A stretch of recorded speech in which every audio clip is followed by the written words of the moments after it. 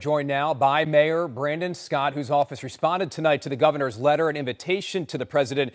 Mayor Scott, we appreciate your time tonight. Among those commitments are additional resources for the ATF, the DEA, the FBI, the field offices in Baltimore.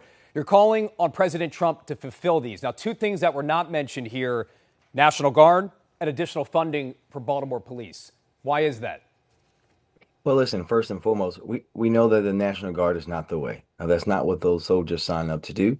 And we've proven here in Baltimore, they did in D.C. and cities around the country, that we can have historic reductions of gun violence without the military. And we don't need that. But we have done this in part with our relationships with our local FBI, DEA, and ATF counterparts. And what we would allowing those folks to have more agents, Rick, would be allowing them to work alongside BPD. And that's why it's not additional resources of BPD, because this is a partnership.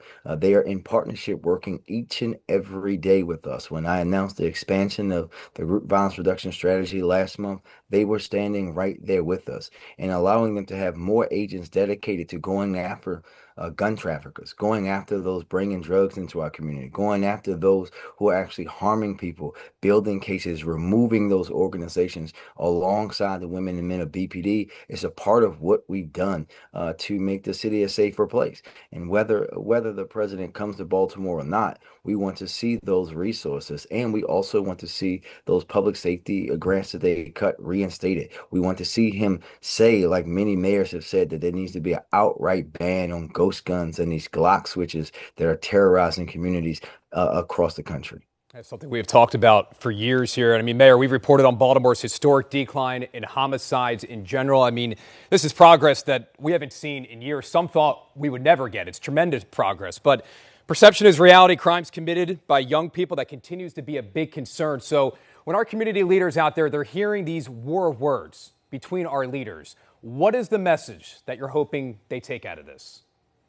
Yeah, for me, the message doesn't change, right? Is that we acknowledge the historic progress. Rick, you and I talked about this ad nauseum. We have to acknowledge this historic progress. We are through the 21st of August, having the fewest amount of homicides that Baltimore has had on record through that date. That is historic progress for us to acknowledge. But as I always say, you don't see me celebrating because we know we still have a long way to go. But when you think about where we were just a few short years ago when we unveiled our comprehensive violence prevention plan versus where we are now, we can acknowledge that and still be committed to that work each and every day. But we will not allow the president or anyone else to just push aside that work, because too many people in our communities, too many police officers, too many community violence intervention workers and folks have put their lives on the line each and every day to make the city a safer place, as safe as it's been in my lifetime, for us to allow anyone